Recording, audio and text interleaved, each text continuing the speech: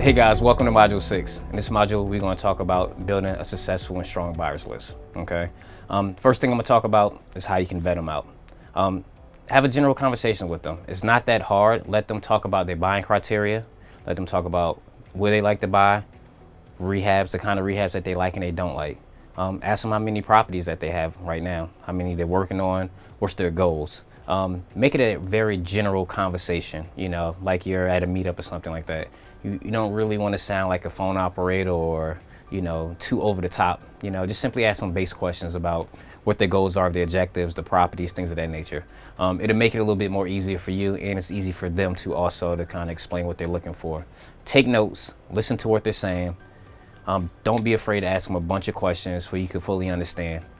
Me, myself, I like to explain to them my expectations as far as the deals I'm gonna send to them. I explain to them how I want feedback from them. If they're experienced, I want feedback from them because it'll help you grow your business and it'll also help you develop that relationship with them. Like again, you don't need a whole bunch of buyers. If you got 5,000 plus, 1,000 plus buyers, cool. But you only need a good handful to have a successful real estate business.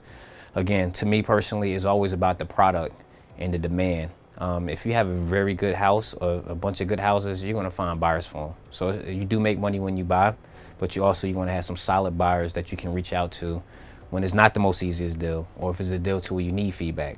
So make sure when you talk to these guys, let them talk to them, but also have them explain to you what they're looking for, their experience, and their goals. It's gonna help you so much. So now we're gonna talk about proof of funds. This is something that you should ask for if you've never done business with this person, or in general. It's just something that you should ask for. There's nothing wrong with it.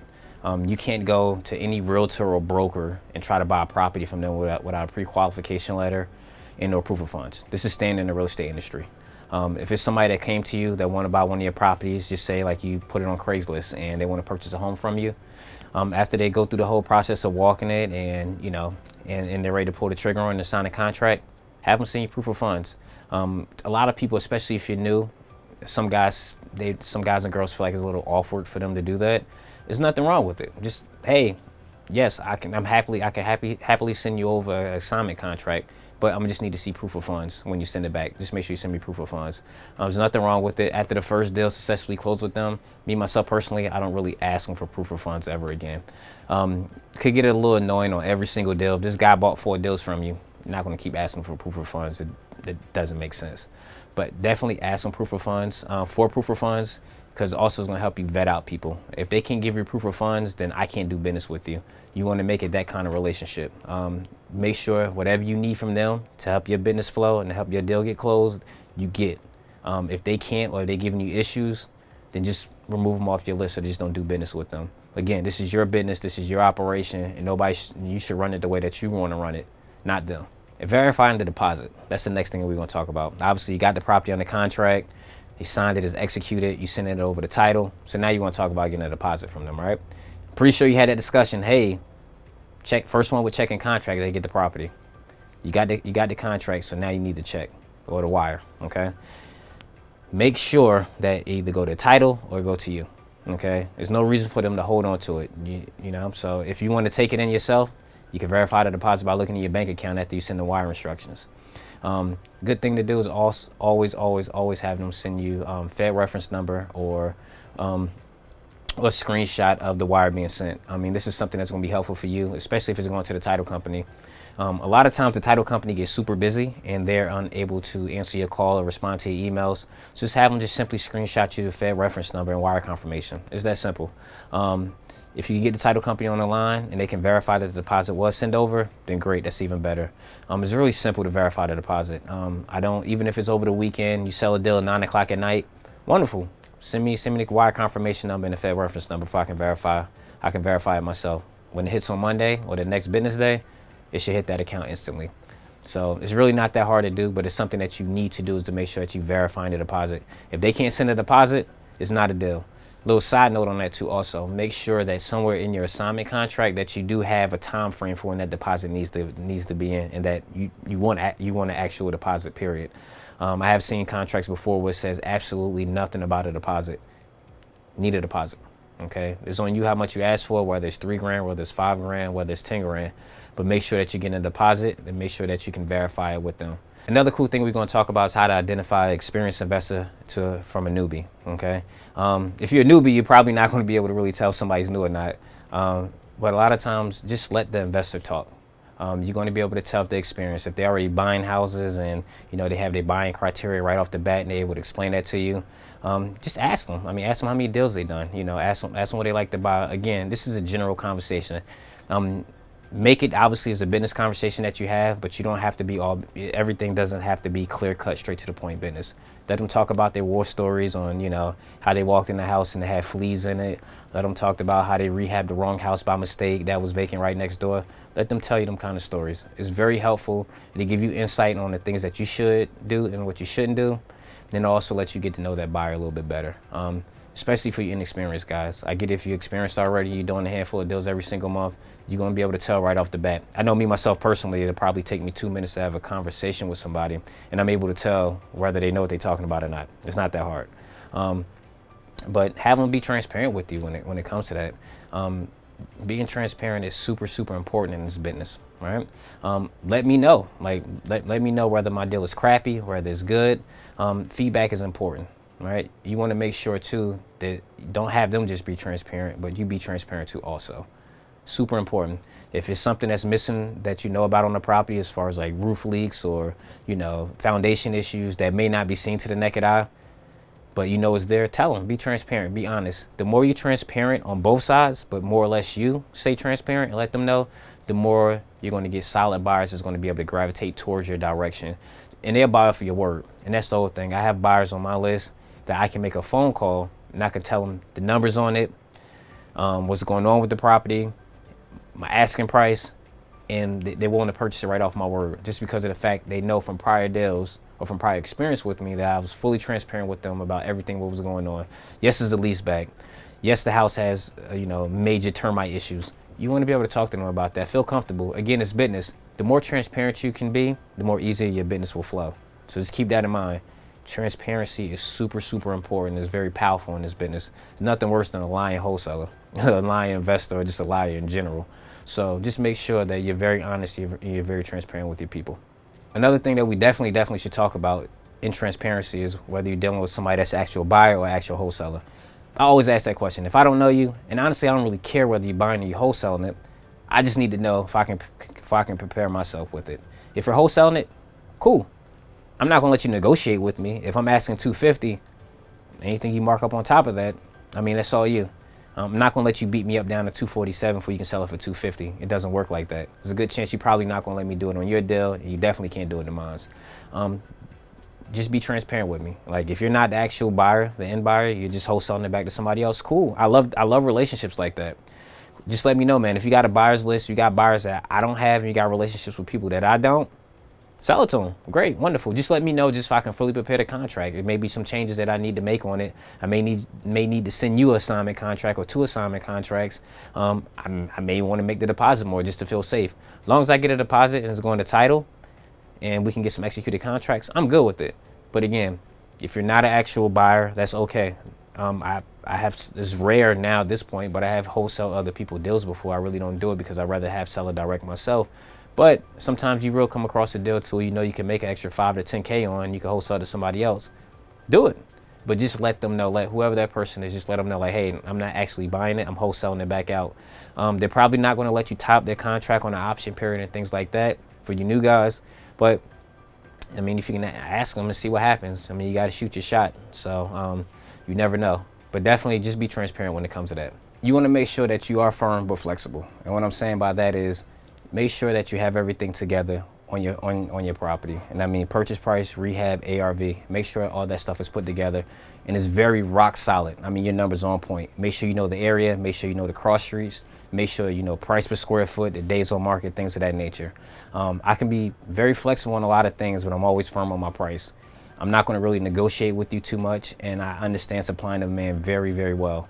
Yes, I have deals sometimes that's marked up very high, and the only reason why I would do that is because of the fact that I know there's no supply over there, and I know somebody would pay a premium for it. So you have to kind of understand all them kind of things. As far as sometimes with close date, I can be flexible. You need to access the property as an end buyer multiple times. I can definitely help you out with that. But I want to make sure that I have such a solid product that I can ask a very earned price, and I don't have to worry about negotiating with you. I know you definitely don't want to get that. You definitely don't want to become that person to where, yeah, you're getting talked down on every single deal. You got talked down 3 deals, 3 grand on this deal, 4 grand on this deal, 5 grand on this deal. It adds up over the course of the year. Somebody asked me my number. If I say 82 and they right off the bat ask me what's the best I can do, 82. It's the best I can do. You want to position yourself to go. If you don't buy it, somebody else will. Or if you don't buy it, I'll buy it myself. You want to be able to put yourself in that power seat. And people appreciate it. They just know that you mean business. Does not mean you're a bad person or you're a jerk. That just means you mean business. I'd rather for you to say I mean business more than anything else. So just want to make sure if you want to be firm, but also be flexible, be understanding, and have control of your deal. If your contract is airtight and you don't have any words as that title, your paperwork is on point, I mean, what do you got to lose? Another thing that you also want to talk about with your investors is expectations. Super important. I know I touched on it probably a little bit already, but definitely let them know, like, hey, okay, so if I have a property, I'm gonna email it out to you. Understand, I'm gonna give you a call, shoot you a text, and let you know about this property. I'm very hands-on when it comes to selling, right? Very hands-on.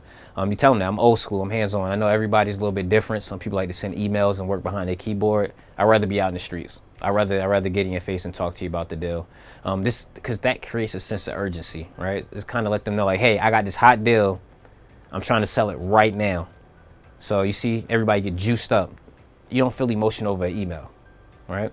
I want to make sure that if I'm calling, I'm texting you about it, I want to get you excited. Hey, you excited just like I am about this deal because I got a real sweet one. You want to be able to talk to them like that.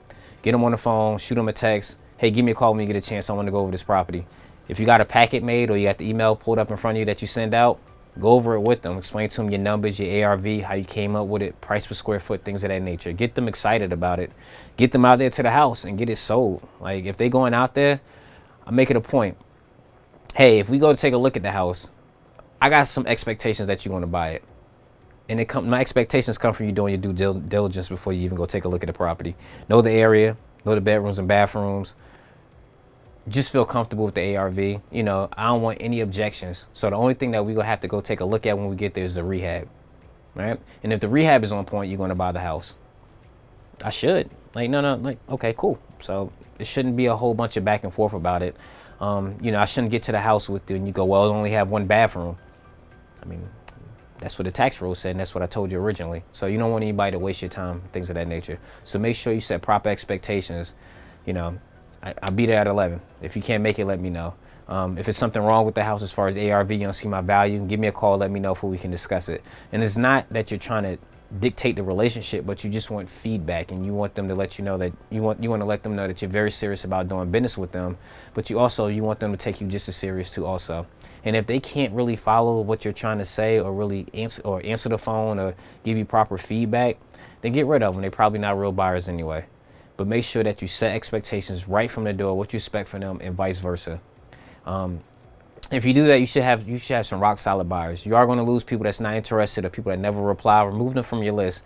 If I can't get you on the phone ever, I'm gonna remove you from my list. Obviously, you have no reason to be getting my deals if you can't reply back to an email to give me feedback. Remove them. If you have some people that's always texting, always calling, always giving you feedback, put them on your A buyers list. Like, hey, look, this is one of the people I need to call all the time. Get you a good, just say 5 buyers that you know are very solid, that's in whatever market that you're in, that's looking to buy properties, that can give you good feedback, that you can take for coffee, you can take to dinner, and just kind of grow and cultivate that relationship.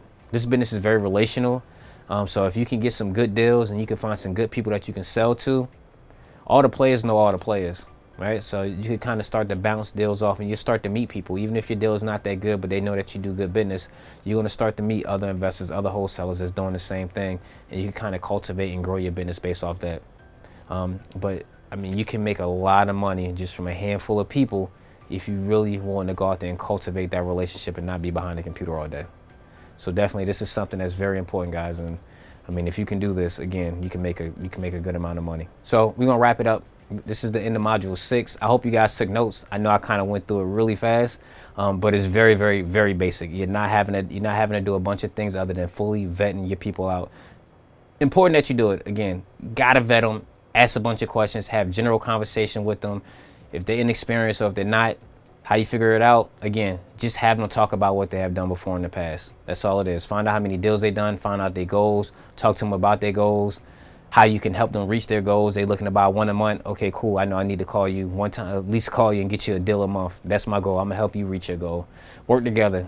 In a sense, just be a teammate with them. Like, I'm gonna help you reach your goals. You wanna buy 5 a month? I would love to try to be able to sell you 5 a month for anything that I get. But make sure that you cultivate the relationship, you vet them out.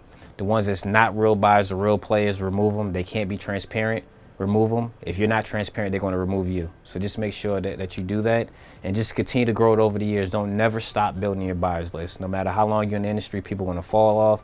New people want to come in. So just make sure that you continually build your buyers list with new people, with new solid people, and never be afraid to network. And if you can do that, you should be rock solid on this side of the business.